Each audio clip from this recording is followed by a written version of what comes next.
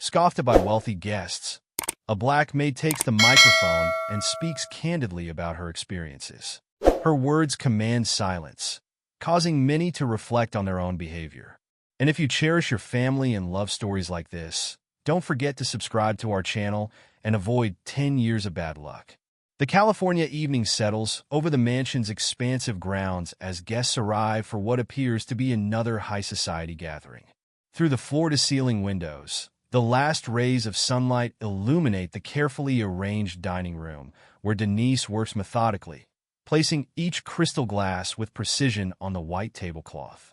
The sound system plays soft jazz, creating a backdrop for the animated conversations of Silicon Valley executives and entertainment industry figures who fill the space. Denise moves between them like a shadow, adjusting table settings and ensuring everything meets the exacting standards expected at such events. A group of tech entrepreneurs clusters near the window, their voices carrying across the room as they discuss their latest successful ventures. The IPO exceeded all expectations, one man announces, adjusting his designer watch. We're looking at a valuation of over $2 billion. His companions respond with knowing nods and shared stories of their own financial victories. Denise continues her work, her movements efficient and practiced. She notices how none of the guests pause their conversations as she passes, how their eyes slide past her as if she's part of the furniture. The contrast between their world and hers becomes increasingly apparent with each passing moment. While they discuss stock options and vacation homes, she thinks about her second job and the rent that's due next week. In the kitchen, Denise organizes the serving trays while listening to Laura, the hostess, speaking with her friend Sarah near the doorway. They're partially hidden behind a decorative screen, apparently believing they're out of earshot. Of course, we had to hire more diversely, Laura says, swirling her wine glass. The board was breathing down James's neck about it. But honestly, it's been great for our public image. The marketing teams had a field day with it. Sarah laughs softly. Smart move. We did the same thing last quarter. Posted all about it on LinkedIn, got thousands of shares. It's what people want to see these days. Denise's hands still for a moment over the cocktail glasses she's arranging.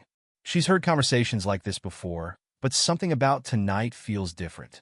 Maybe it's the accumulated weight of years of similar moments.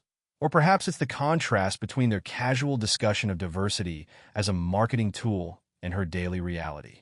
As she moves through the growing crowd with a tray of drinks, she passes a group of male executives near the fireplace. Their laughter carries across the room as one of them, red-faced from alcohol, delivers what he clearly considers a clever joke. So this cleaning lady comes to my office, right? And she's trying to tell me how to organize my desk. The others join in his laughter, some glancing around as if to share the joke with a wider audience. Denise feels her shoulders tense, but her face remains neutral, a skill learned through years of service at events like this. She continues serving drinks, but inside, something shifts. The indignation that has been building for years crystallizes into resolve. Near her, a young executive casually drops his empty glass on her tray without looking at her, continuing his conversation about his recent yacht purchase. The glass wobbles and Denise steadies it automatically.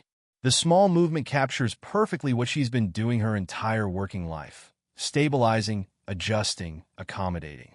But tonight, watching these people congratulate themselves on their progressive values while treating her as invisible, she realizes she's done being the stabilizing force in their sea. Artfully constructed world. The anger that's been simmering transforms into determination. She begins to formulate a plan, knowing that her next actions will shatter the carefully maintained veneer of this gathering. The irony doesn't escape her. How these people pride themselves on being champions of diversity while simultaneously demonstrating their blindness to their own behavior. She watches as Laura joins her husband James, both of them holding court among their guests, speaking passionately about their company's latest diversity initiative while not once acknowledging the actual diverse staff serving their drinks and food. Denise checks her watch. In 15 minutes, dinner will be announced. She'll have access to the microphone used for such announcements, and for once, she intends to use it for more than just directing people to their seats. The microphone stands unattended at the front of the room, typically used only for dinner announcements and occasional toasts. Denise moves toward it with deliberate steps, her heart pounding against her ribs. The crystalline sound of expensive glasses clinking and polite laughter fills the air, but to her, it all seems distant now. A few guests notice her movement, something unusual about a server walking toward the front of the room rather than staying along the periphery. Their expressions shift from confusion to mild amusement. One woman in an expensive blue dress whispers to her companion, covering her mouth with a manicured hand. The companion responds with a smirk, both clearly entertaining themselves with speculation about what the help might be doing. James, standing near his usual group of business associates, catches sight of Denise. He raises an eyebrow, his expression a mixture of confusion and annoyance. This isn't part of the evening's carefully planned schedule. His wife, Laura, engaged in conversation with a prominent tech investor, hasn't noticed yet. Denise reaches for the microphone. Her hands, usually steady from years of carrying precious china and crystal, tremble slightly. She's witnessed thousands of moments like this. Wealthy people making speeches about their accomplishments, their charitable works, their commitments to social justice. But this time, the voice they'll hear will be different. The first tap on the microphone creates feedback that cuts through the ambient noise. Heads turn. Conversations pause. Several guests look around, expecting to see James or Laura preparing to make an announcement. Instead, they find Denise, still in her server's uniform, standing before them. "Good evening," she begins, her voice steadier than she expected. The room doesn't fall silent immediately. Some guests continue their conversations, assuming this is a simple dinner announcement. Others watch with those same amused smiles, as if anticipating entertainment. She starts speaking about her mother, not in the distant, abstract way these people often speak about the working class, but with specific details. She describes the burns on her mother's hands from years of cleaning with harsh chemicals. She talks about the time her mother worked through pneumonia because missing a day's pay meant missing a rent payment. The first shift in the room's atmosphere comes when she mentions her mother's name, Margaret Wilson. One of the older guests, a man who prides himself on his company's charitable giving, recognizes it. Margaret had worked for his family for 20 years. His face drains of color as Denise continues, connecting past to present. More guests begin to pay attention now. The background chatter dies down. Laura has finally noticed what's happening, and she takes a half step forward before James catches her arm, something in Denise's voice making him wait.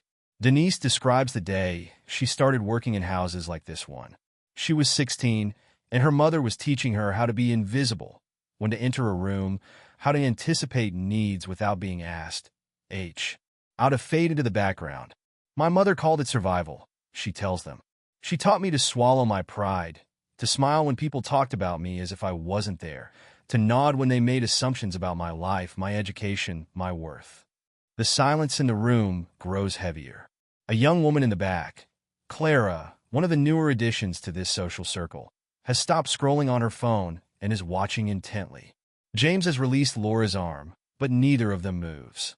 The man who had been telling jokes by the fireplace earlier shifts uncomfortably, his half-empty glass forgotten in his hand. Denise's voice grows stronger as she continues. She's not yelling, not letting emotion overtake her words. Instead, she speaks with the calm certainty of someone who has carried these truths for too long. She describes the subtle daily injuries, the assumptions, the dismissals, the way even well-meaning people talk about diversity while perpetuating the very systems they claim to oppose. Some guests begin to look away, suddenly fascinated by their shoes or the contents of their glasses. Others maintain eye contact, their expressions unreadable. A few, particularly those who have built their reputations on being socially conscious, appear ready to interrupt, to defend themselves, to explain. But something in Denise's steady gaze keeps them silent. The room has become uncomfortably warm, or perhaps it's just the collective discomfort making it feel that way. Through the windows, the California night has fully descended, and the reflection of the chandelier's light makes it impossible to see outside. They are all trapped here, in this moment, with these truths. Denise's voice cuts through the thick silence as she begins to enumerate specific instances of hypocrisy she's witnessed.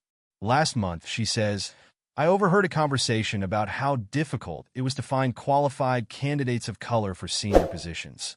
This was right after I watched a Harvard-educated black woman get turned down for a role because she wasn't the right fit.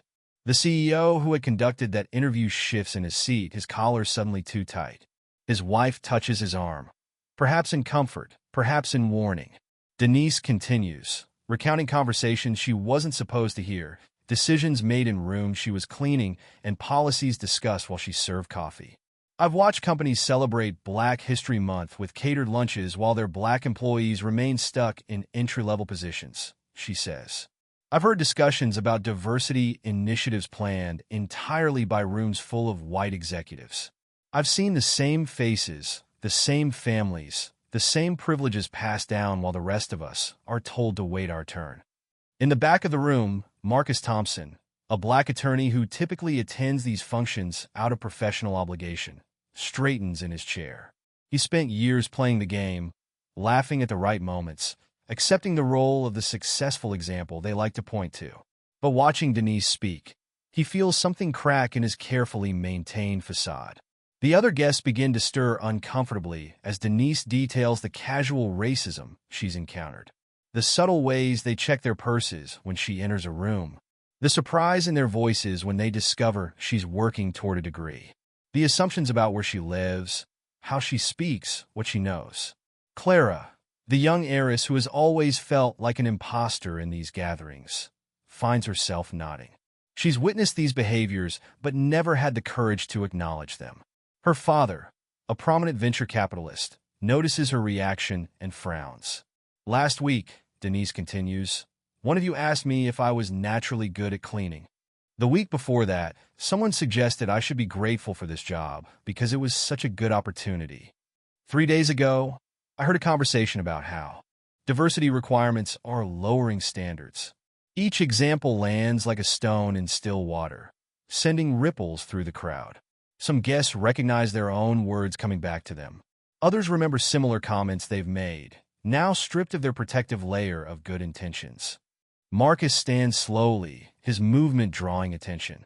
He's been successful by any measure, partner at a prestigious law firm, board member for several corporations. But standing there, watching Denise speak truth to power, he realizes how much he's compromised, how often he's stayed silent to maintain his position. He begins to clap. The sound is jarring in the tension-filled room. Some guests look at him with surprise, others with understanding dawning in their eyes. A few join in hesitantly, then more, creating a scattered applause that feels more like acknowledgement than celebration. Denise continues, undeterred by the reaction. She speaks about the cleaning staff who were laid off during the pandemic while executives receive bonuses. She mentions the security guard who was fired for insubordination after asking about pay disparities. She talks about the immigrant workers who were praised for their work ethic while being denied benefits. Each example resonates differently with different guests. The tech entrepreneur who prides himself on his meritocratic hiring practices remembers the resumes he's discarded because the names sounded too ethnic. The philanthropist who hosts charity galas recalls the time she's talked over her household staff in planning meetings about community outreach. Clara stands now too, moving closer to the front of the room. She's spent years trying to fit into this world of wealth and privilege. But Denise's words are forcing her to confront her own role in perpetuating these systems. She catches Marcus's eye, and they share a moment of understanding. The room feels smaller now, more charged. The expensive art on the walls, the crystal glasses, the carefully curated atmosphere of success and sophistication. It all feels hollow in the face of these unvarnished truths. The guests who came expecting another evening of self-congratulatory socializing find themselves instead in what feels like a tribunal of their own making. Marcus takes out his phone and begins taking notes. He's already thinking about concrete actions, about using his position to effect real change rather than just being the token of diversity success. His presence has always legitimized these gatherings. Now he's deciding how to leverage that influence differently. The weight of unspoken truths, finally given voice, hangs in the air. The party has become something else entirely, a moment of reckoning that none of the guests can easily dismiss or explain away. And Denise isn't finished yet. The emotional atmosphere in the room shifts as Denise moves into the heart of her message. The initial shock has worn off, replaced by something deeper, a collective discomfort that can't be dismissed with another glass of champagne or a quick change of subject. "We clean your homes," Denise continues, her voice steady. "We raise your children. We serve your food. We listen to you talk about equality while we work overtime to afford basic necessities. We watch you celebrate your diversity initiatives while our resumes sit untouched in your HR departments." Several guests begin murmuring among themselves. A venture capitalist nervously adjusts his tie, remembering the stack of applications he'd dismissed just last week without more than a glance. Another executive pulls out his phone, perhaps to distract himself, but finds he can't look away from Denise. "Your children call me Annie," she says, "but you don't know my last name.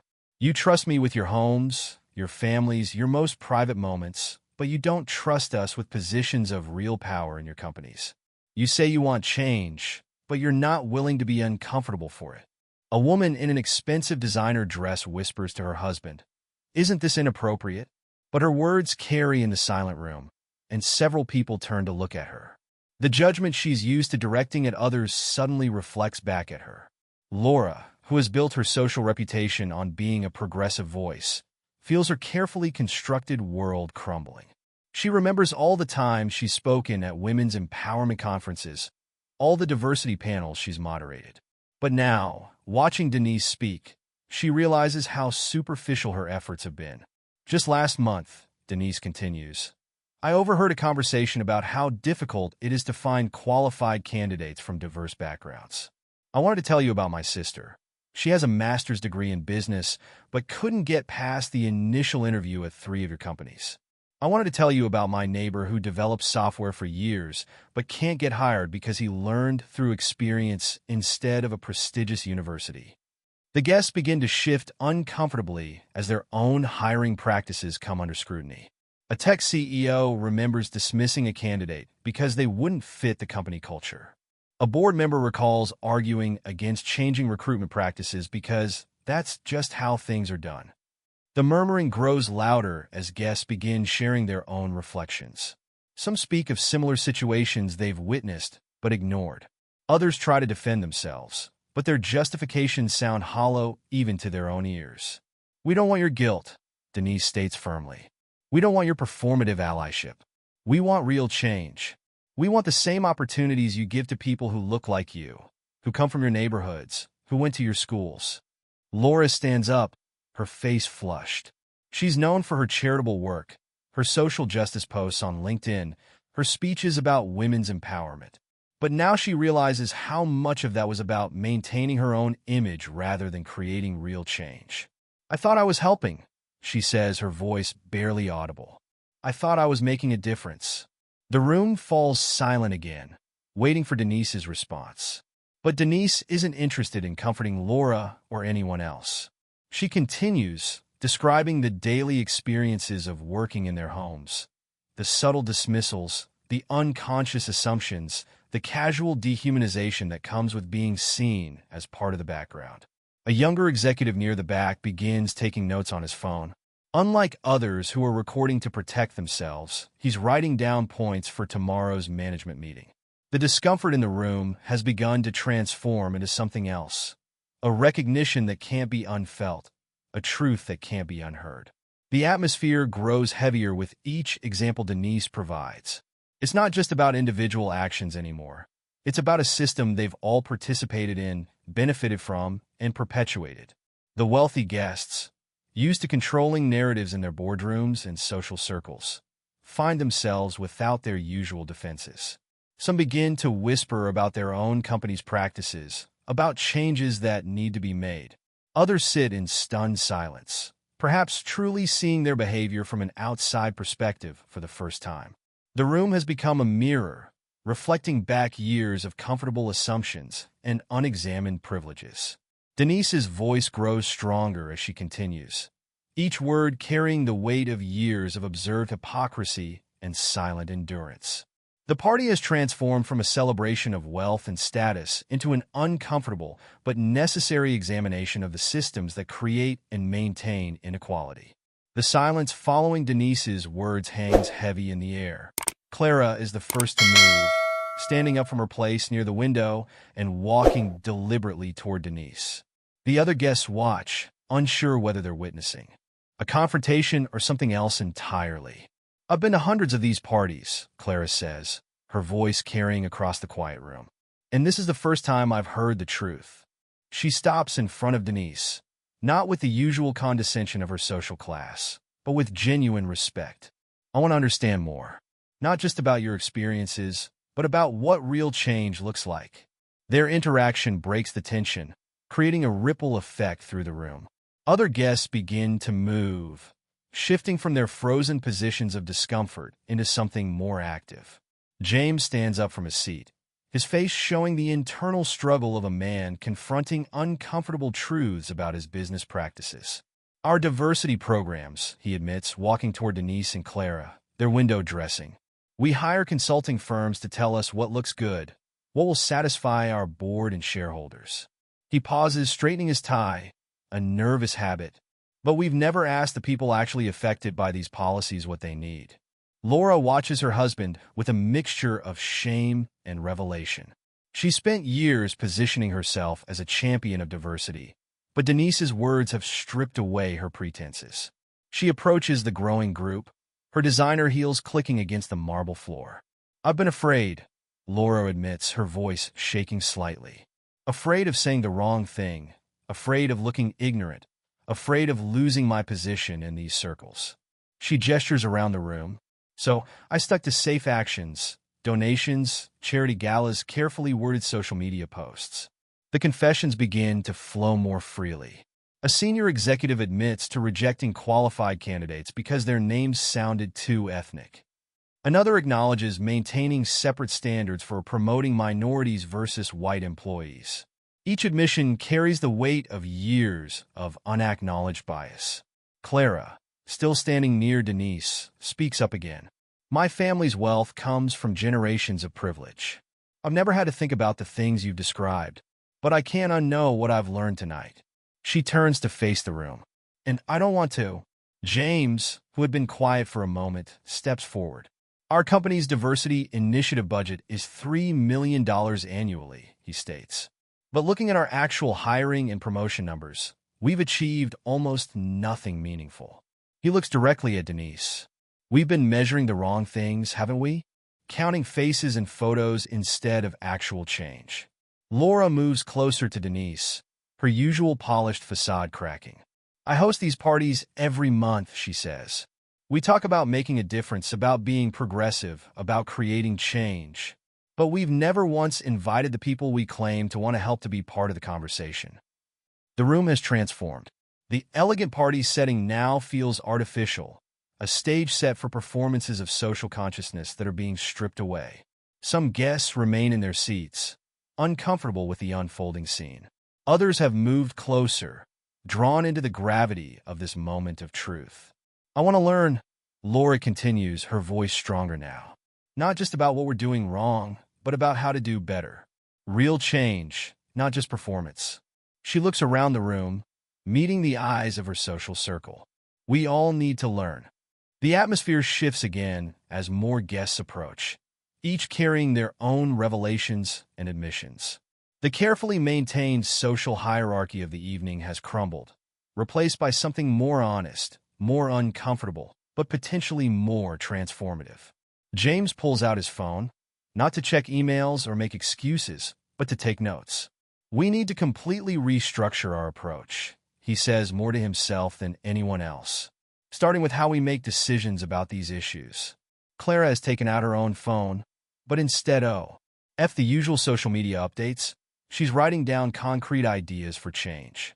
"We need to create real opportunities," she says. "Not just entry-level positions or diversity quotas, but paths to actual power and influence." The evening has become something none of the guests expected, a moment of genuine reckoning with their own roles in perpetuating systems of inequality. And at the center of it all stands Denise, watching as her words continue to ripple through the crowd, catalyzing conversations that have been too long avoided. Denise takes a breath, seeing an opportunity to expand beyond her personal experience. Let me tell you about Maria, she begins. She's cleaned houses in this neighborhood for 20 years. Her daughter just graduated from Stanford with honors in computer science, but she can't get past the first interview at any tech company because she doesn't have the right cultural fit. The tech executives in the room shift uncomfortably, recognizing their own commonly used phrase. Denise continues. Then there's Sarah, who works as a nanny for 3 different families in this room. She has a master's degree in early childhood education, but none of the preschools run by your foundations will hire her as a director. Marcus, the attorney who had stood earlier, moves to the center of the room. His presence commands attention. He's played their game for years, but now he's ready to change the rules. We need to create something concrete from this moment, he says. Not just promises or pledges, but actual action. He pulls out his business card, holding it up. I propose we organize a community forum, not in a corporate conference room, but in the neighborhoods where Maria, Sarah, and others actually live. And this time, we'll be the ones listening. The suggestion creates a stir. A hedge fund manager raises his hand hesitantly, like a student in class. My firm has a conference center we could use, he offers, but Marcus shakes his head. That's exactly what we need to stop doing, Marcus explains. We keep trying to bring people into our spaces on our terms. We need to meet them where they are, understand their reality. Denise nods, then shares another story.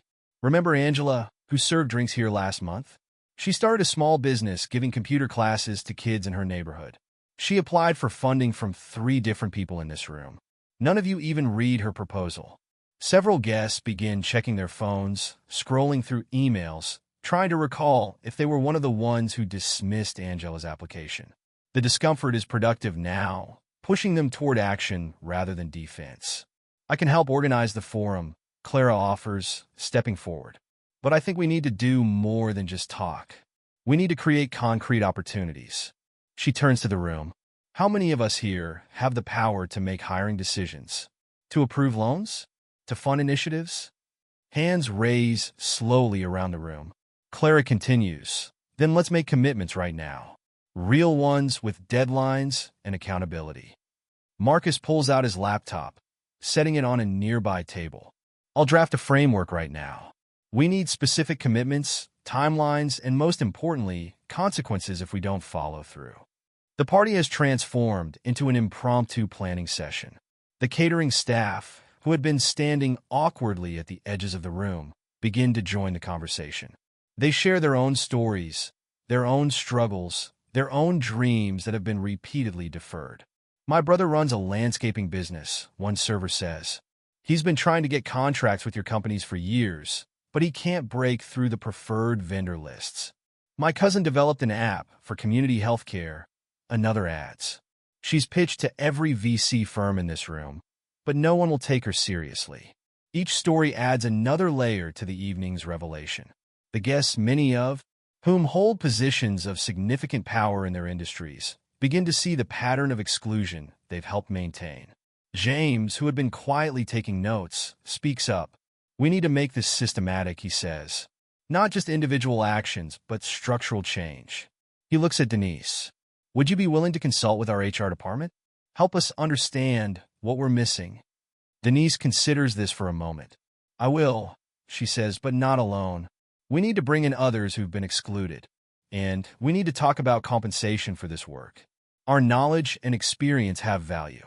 The conversation continues to evolve, becoming more specific, more actionable. What started as one woman's brave stand is transforming into a movement. Right there in the elegant living room where moments ago, these same people were congratulating themselves on their progressiveness. But Denise knows this is just the beginning. The real test will come tomorrow, when the emotional impact of the evening fades and the comfortable patterns of privilege reassert themselves. She watches as Marcus types up commitments, as Clara collects contact information, as James reorganizes his calendar to make room for real change. The energy in the room has shifted from shock to purpose, but the hardest work still lies ahead. The formal party structure has completely dissolved. The room has naturally reorganized itself into small groups, each focused on different aspects of change. The catering staff, no longer relegated to the shadows, join conversations with growing confidence. I need to be honest about something, one guest says, his voice carrying across the room. I've definitely used diversity as a marketing tool. We post the photos, we make the statements, but when it comes to promotion time, we always find reasons why our minority employees aren't ready. His admission triggers similar confessions from others. Clara has pulled several chairs into a circle near the fireplace, creating an impromptu discussion space. I've been part of the problem too, she acknowledges. I've attended so many diversity panels where we talk about change, but I've never once asked why the cleaning staff at my family's company hasn't had a raise in 5 years. The conversations become increasingly specific and personal. A tech CEO admits to maintaining separate promotion tracks for different employees based on unconscious biases. A foundation director confesses to directing grants primarily to organizations run by people from her social circle. Denise moves between the groups, listening and occasionally adding context. She notices how the dynamic has shifted. People are no longer performing their usual roles of authority and superiority. Instead, they're engaging in genuine dialogue, many for the first time. A venture capitalist raises his voice to be heard. Look, we need to address the funding gap. Last year, my firm reviewed over 500 pitches. Less than 2% of our funding went to minority founders. That's not just unconscious bias, that's systematic exclusion. His words spark a heated discussion about access to capital. Other VCs in the room begin sharing their own statistics, each revelation more damning than the last. The numbers paint a clear picture of systemic barriers that their previous diversity initiatives never addressed. One of the servers, Michael, who typically remains silent during these events, steps forward. I've been serving drinks at these parties for 3 years, he says. I have a business plan I've been working on, but I've never had the chance to pitch it to any of you. The room falls quiet. James motions for Michael to continue. For the next 10 minutes, Michael outlines his idea for a tech-enabled community development project. The venture capitalists in the room listen with growing interest, not out of charity, but because the idea is genuinely innovative. This is exactly what we've been missing, Clara says, taking notes. On her phone, how many other great ideas have we ignored because we weren't willing to look beyond our usual networks? The emotional connection in the room becomes palpable. People share personal stories of discrimination they've witnessed or perpetuated. Some speak of family histories they've never acknowledged, of privileges they've taken for granted, of biases they're only now recognizing. A senior executive pulls out his phone and starts making calls right there in the middle of the party. He's canceling tomorrow's management meeting to instead host a listening session with his company's support staff. Others follow his lead, making immediate changes to their schedules and priorities. Clara, who has been quiet for a while, suddenly stands up. I've made a decision, she announces. I'm not going to take the position my father arranged at his company. Instead, I want to work with Denise and others to create something new, something that actually addresses these issues. Her declaration carries weight. She's walking away from a guaranteed path to wealth and influence to pursue something less certain but more meaningful. The room buzzes with reaction, but Clara remains firm in her decision. The evening continues to unfold in unexpected ways. People who normally compete with each other begin collaborating on solutions. Those who usually dominate conversations learn to listen. The artificial barriers between servers and guests, between workers and executives, between different social classes begin to blur. Marcus observes all this while continuing to document commitments and action items. This is more than just a moment, he says to Denise.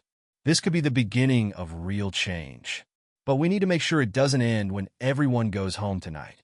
The energy in the room remains charged with purpose, but there's also an undercurrent of uncertainty.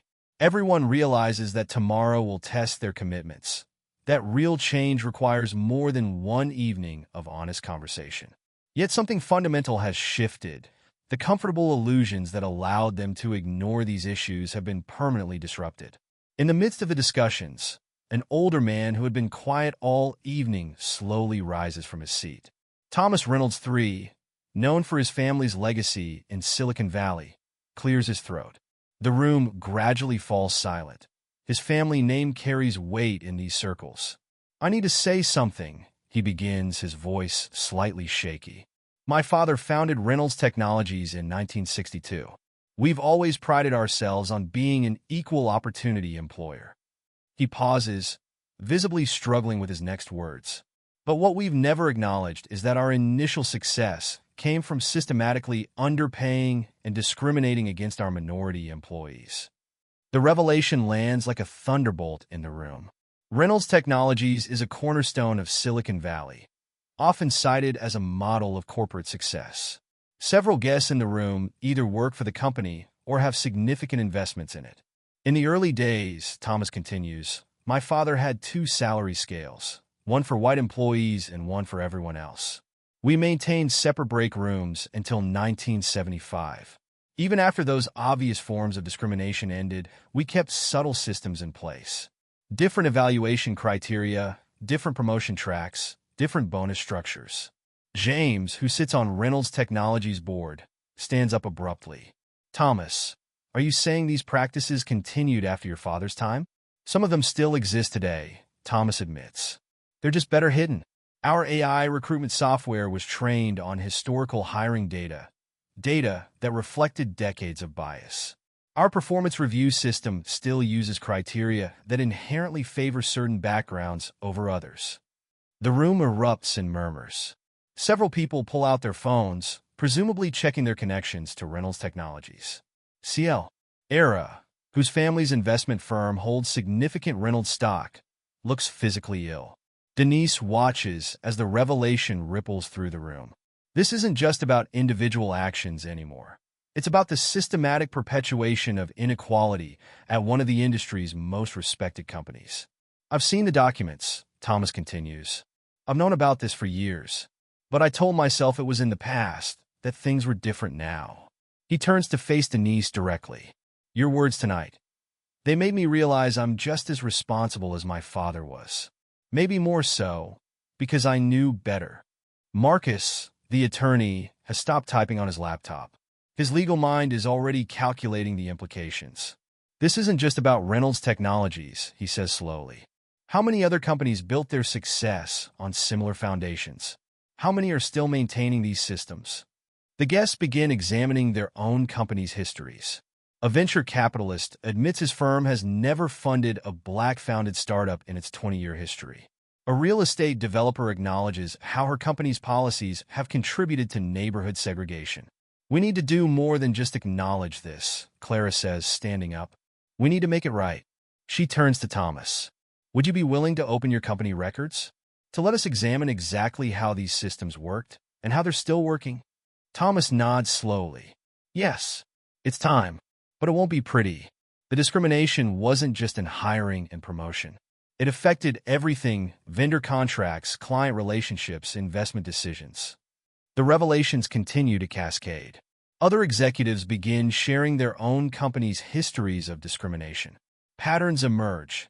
Similar practices, similar justifications, similar systems of exclusion that have persisted across decades and industries.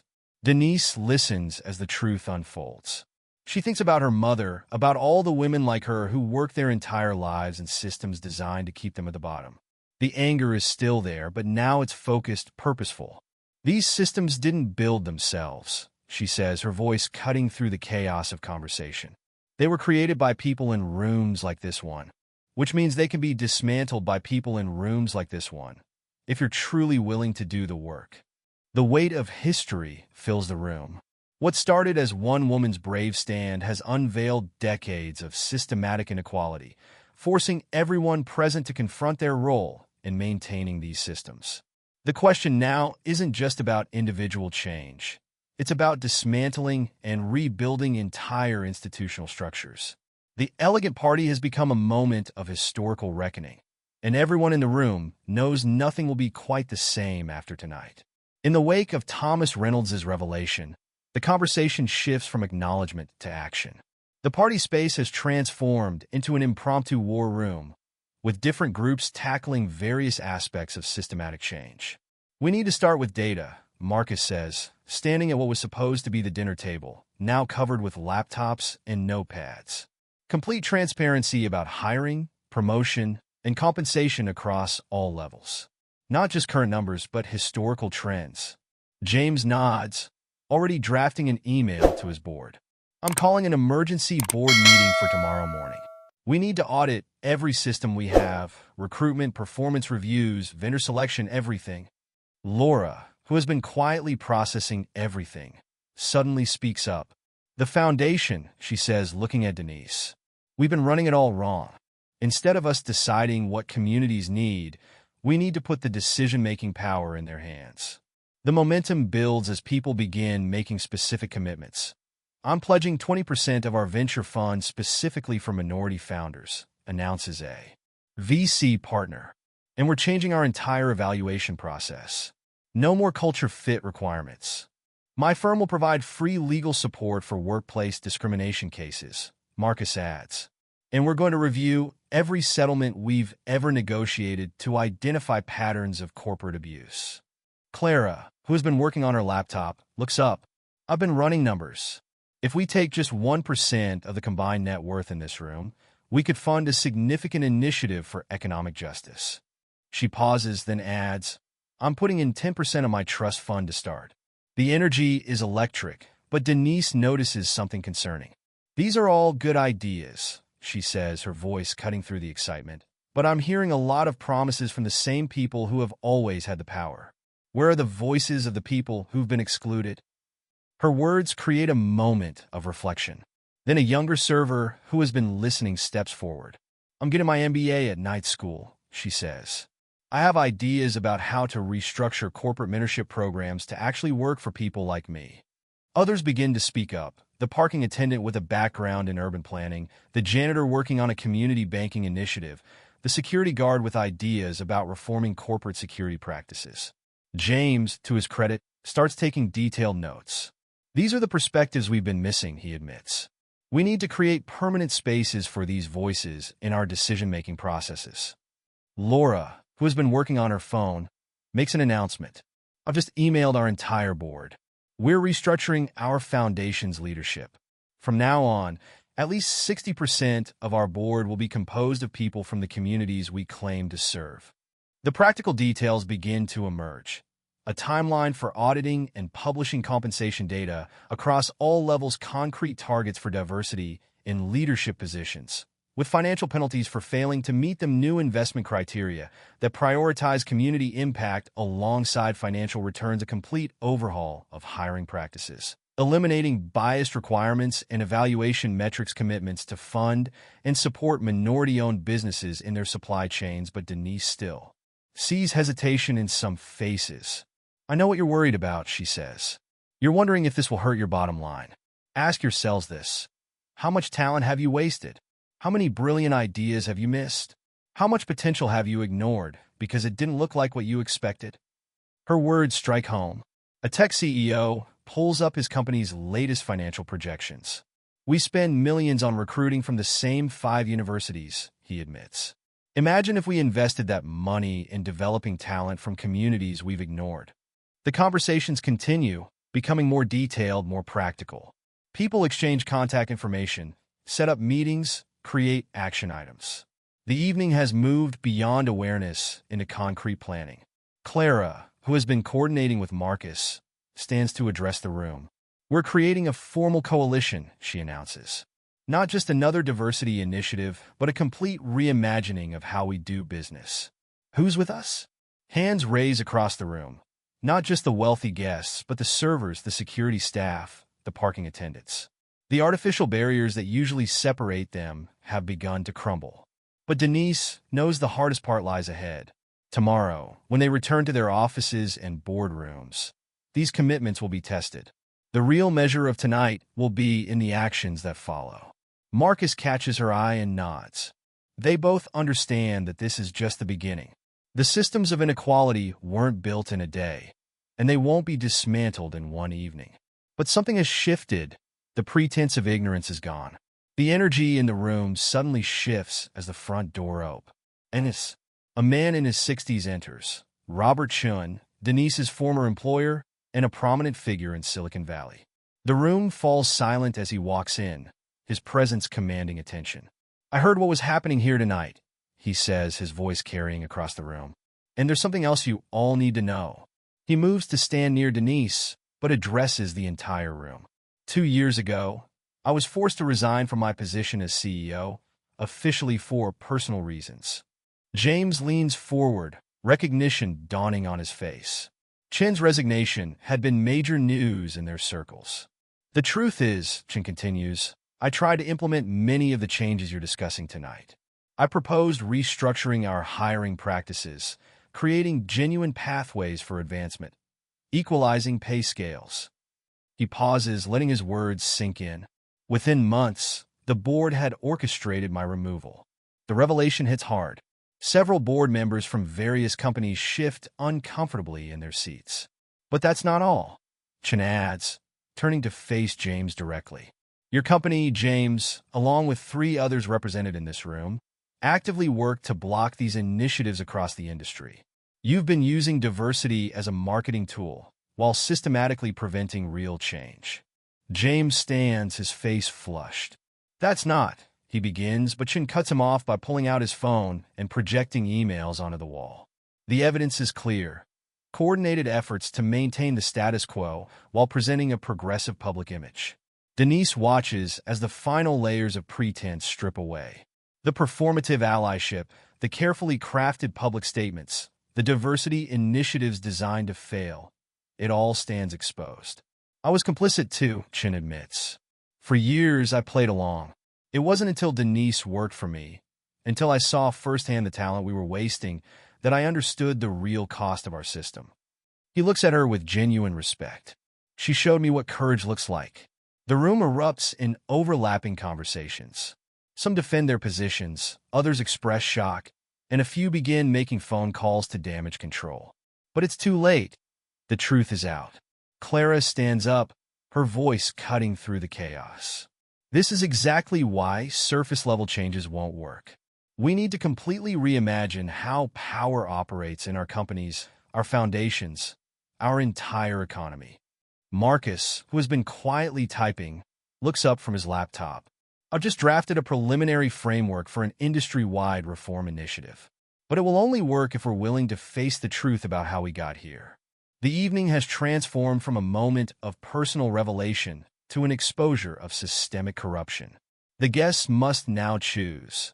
Continue the comfortable patterns of performative change, or commit to genuine transformation. Denise takes the microphone one final time. Tonight wasn't just about sharing stories or making promises, she says. It was about understanding that real change requires more than diversity programs or inclusion initiatives. It requires dismantling the systems that benefit from keeping people like me serving instead of leading. She looks around the room, meeting each person's eyes. You now have a choice. You can go back to your offices tomorrow and continue the comfortable patterns that maintain your power. Or you can join us in building something new, something that actually delivers on the promises you've been making. The silence that follows feels heavy with possibility. Then Clara steps forward, followed by Marcus, then Shun. One by one, others join them, not just with words of support, but with specific commitments and resources. James remains standing, the evidence of his company's obstruction still projected on the wall. After a long moment, he too steps forward. You're right, he says to Denise. All of you. And I'm ready to face the consequences of what we've done. The elegant party has become a watershed moment. The night when the carefully maintained facade of progressive corporate culture cracked open to reveal the truth beneath. But in that revelation lies the possibility of genuine change, not just in policies or programs, but in the fundamental structures of power and opportunity. As the evening draws to a close, plans are solidified, commitments are documented, and a new coalition begins to take shape. The transformation that started with one woman's courage has catalyzed a movement that none of them can ignore or deny. The work ahead will be challenging, but tonight has proven that change is possible when truth speaks to power and power finally listens.